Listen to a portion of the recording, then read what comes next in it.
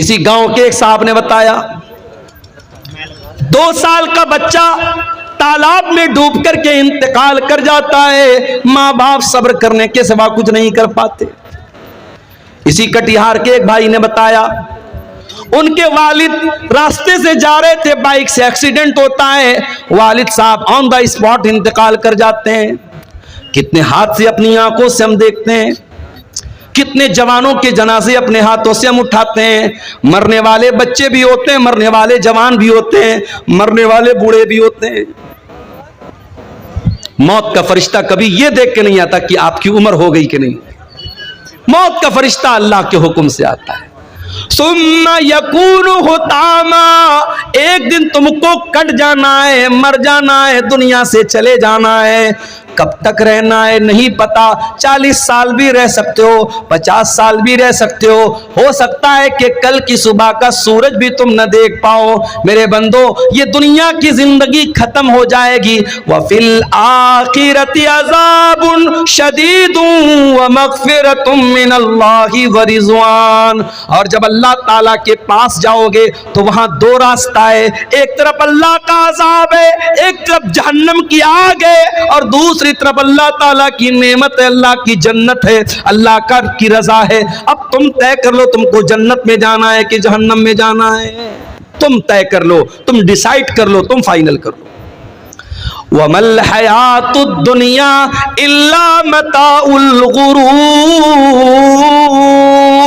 और ये दुनिया की जिंदगी जिस पर तुम इतना फख्र करते हो, इतना नाज करते हो, जिस दुनिया की जिंदगी के लिए तुम कितना हराम काम करते हो, कितना नाजायज काम करते हो, ये दुनिया तो धोखे का सामान है। दुनिया तो धोखा है, धोखा। बड़े बड़े बादशाहों ने जब महल बनाया तो क्या ये सोच के बनाया कि मैं मर जाऊंगा? नहीं। फिरौन इतना बड़ा बादशाह, मूसा अलैहिस्सलाम बात करने के लिए आए तो फिरौन कह रहे चुप, तू बात मत कर, तुझसे मैं क्यों बात करूं, तू है कौन? मूसा अलैहिस्सलाम ने कहा मैं अल्लाह का रसूल हूं। कहा कि अरे जाओ, तुम रसूल बन गए, मैं जानता नहीं क्या तुमको, मेरे महल में तुम पले बड़े हो, मैं जानता हूं, तू तो ढंग से बात नहीं कर सकते हो, तुम क्या नबी बनो?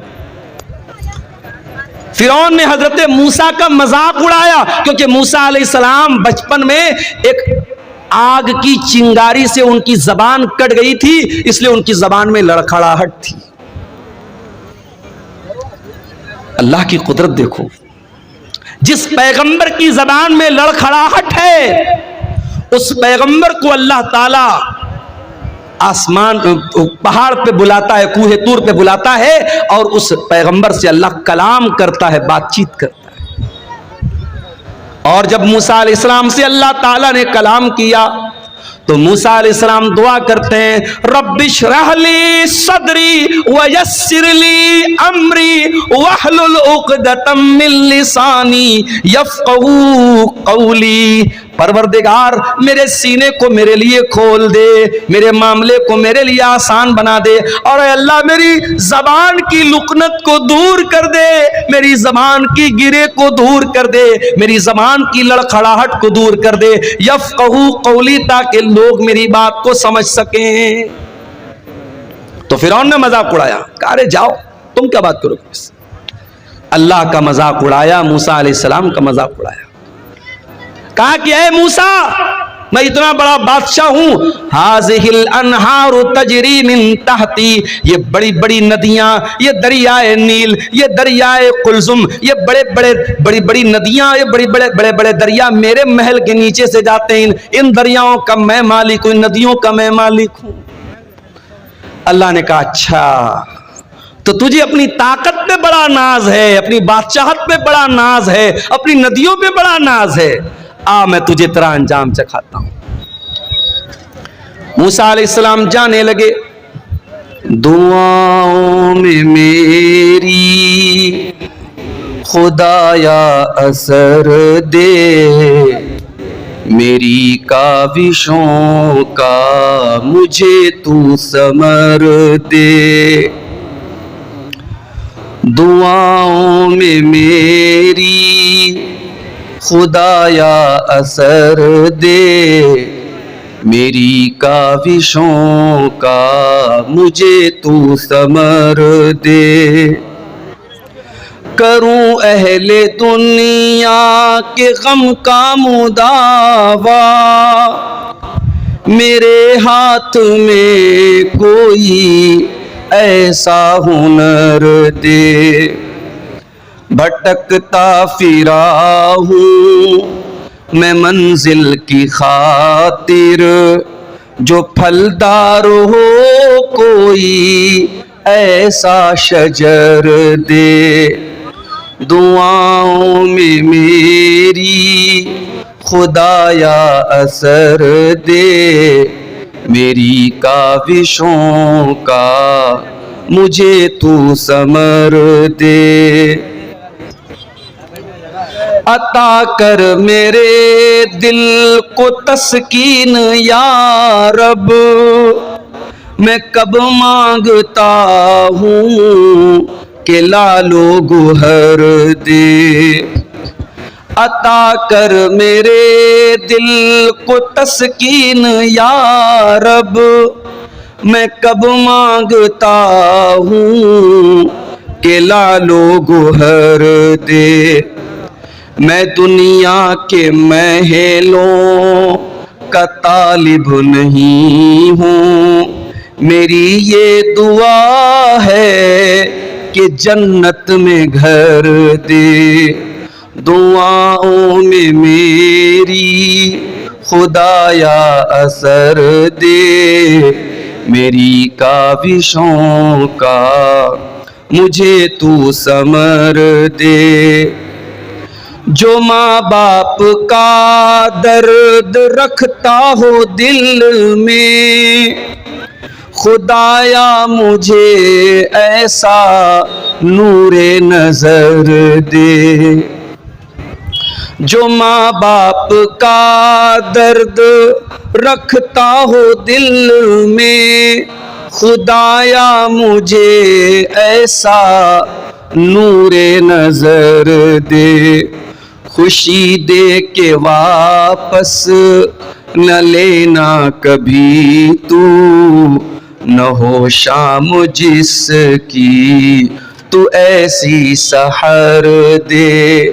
दुआओं में मेरी खुदाया असर दे, मेरी काविशों का मुझे तू समर दे। मुझे मालो ज़र दे के मगरूर ना कर, मेरे दिल में अल्लाह तू अपना डर दे। मुझे मालो ज़र दे के मगरूर ना कर, मेरे दिल में अल्लाह तू अपना डर दे। तमन्ना है मेरी हो दीदार तेरा, नजर आए मुझको तू ऐसी नजर दे। दुआओं में मेरी खुदाया असर दे, मेरी काविशों का मुझे तू समर दे। आज के इस इजलास के मुहतरम सदर, स्टेज के ऊपर जलवा फरोज उलमाए किराम, मुहतरम बुजुर्गों, नौजवान भाइयों, माँ और बहनों, प्यारे बच्चों, पिछले साल भी कटिहार के इस गांव सिमरिया में आना हुआ था। पिछले साल मदरसे का प्रोग्राम था। इस साल भाइयों ने बताया है कि मस्जिद की तामीर और तौसी के लिए आज का ये प्रोग्राम रखा गया है। मुझसे पहले बंगला जुबान के खतीब तकरीर के साथ साथ जो आपके सीमांचल के जलसों का दस्तूर है, चंदा भी कर रहे थे और आप हजरात उनके हाथों पर चंदा दे भी रहे थे। जिन्होंने इस नेकी के काम में हिस्सा लिया है, अल्लाह उनकी इस नेकी को कबूल फरमाए, और जो अभी तक पीछे रह गए हैं अल्लाह उन्हें भी तौफीक दे कि वो आगे बढ़ें और अल्लाह के इस घर में अपना हिस्सा लें, अपना ताउन करें। अल्लाह हम सबको इसकी तौफीक अता फरमाए, आमीन। मेरे भाइयों, इंसान के जीवन में, इंसान की जिंदगी में बहुत सारे स्टेज आते हैं, बहुत सारे दौर आते हैं। एक दौर होता है जब इंसान बच्चा होता है। बचपन के ज़माने में इंसान की ज़िंदगी बहुत लिमिटेड होती है। आप देखते होंगे हम बच्चों को खिलौना दे देते हैं, बच्चा खेलता रहता है, जितनी देर जाग रहा है खेल रहा है, उसकी ज़िंदगी में कोई टेंशन नहीं है। क्या खाना है, कब खाना है, कितना कमाना है, कोई टेंशन नहीं। एक दौर वो होता है। फिर बच्चा थोड़ा बड़ा होता है, स्कूल जाने लगता है। अब उसकी जिंदगी में एक टेंशन बढ़ गई कि साहब मुझे स्कूल जाना है, पढ़ाई करना है। कभी कभी आप देखते होंगे, मेरी 6 साल की बच्ची है, कभी कभी सुबह स्कूल के लिए उठाओ तो कहती है नहीं पापा आज मैं स्कूल नहीं जाऊंगी, रोने लगती है। बच्चों को बड़ा पहाड़ लगता है, ये क्या टेंशन मेरी जिंदगी में आ गई, आराम से सो रहे थे, हमारे माँ बाप हमको उठा रहे हैं। बच्चा स्कूल गया, पढ़ाई किया, घर आया, स्कूल से मदरसे से जो होमवर्क मिला वो किया, फिर खेल रहा है। अभी भी उसकी जिंदगी में कोई टेंशन नहीं है।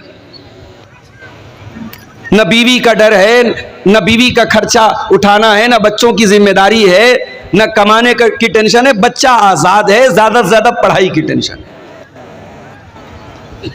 बच्चा थोड़ा और बड़ा हुआ, 15 साल का हो गया, हम कह सकते हैं बालिग हो गया, एडल्ट हो गया, वयस्क हो गया। अब थोड़ा सा वो समझदार हो गया। अब उसे लगने लगा कि नहीं, मैं लड़का हूं तो मुझे जिंदगी में कुछ करना भी है। मेरे बाप मजदूरी कर रहे हैं, मेहनत कर रहे हैं, मुझे पढ़ा रहे हैं, मुझे भी कुछ उनका सपोर्ट करना है। बहुत सारे बच्चे 15-16 साल की उम्र में जिम्मेदारी भी उठाने लगते हैं। लड़की बड़ी हुई, उसको दिमाग में ये बिठाया गया तू लड़की है, आज इस घर में है, कल कहीं और जाना है तुझे, तेरे रिश्ते तलाश किए जा रहे, तेरी शादी हो जाएगी, तू किसी की बीवी बनेगी, किसी की बहू बनेगी। कल तक वो लड़की गुड्डी गुड्डा से खेलती थी, अब उसके दिमाग में एक टेंशन आ गई, यार अब ये शादी करना पड़ेगा। रिश्ता देखने के लिए औरतें आई, चाय नाश्ता दिया गया, रिश्ता देख के वापस गई, बोली लड़की थोड़ी सांवली है, नहीं चलेगी। पैदा करने वाला तो अल्लाह है ना, किसी को गोरा बनाया, किसी को सांवला बनाया, किसी को काला बनाया। भाई हमारे बस में तो नहीं है। माँ जब बच्चे को जन्म देती है तो माँ के बस में तो नहीं कि काले बच्चे को गोरा बना दे, लंबे को नाटा बना देगी, तो उसके बस में नहीं है।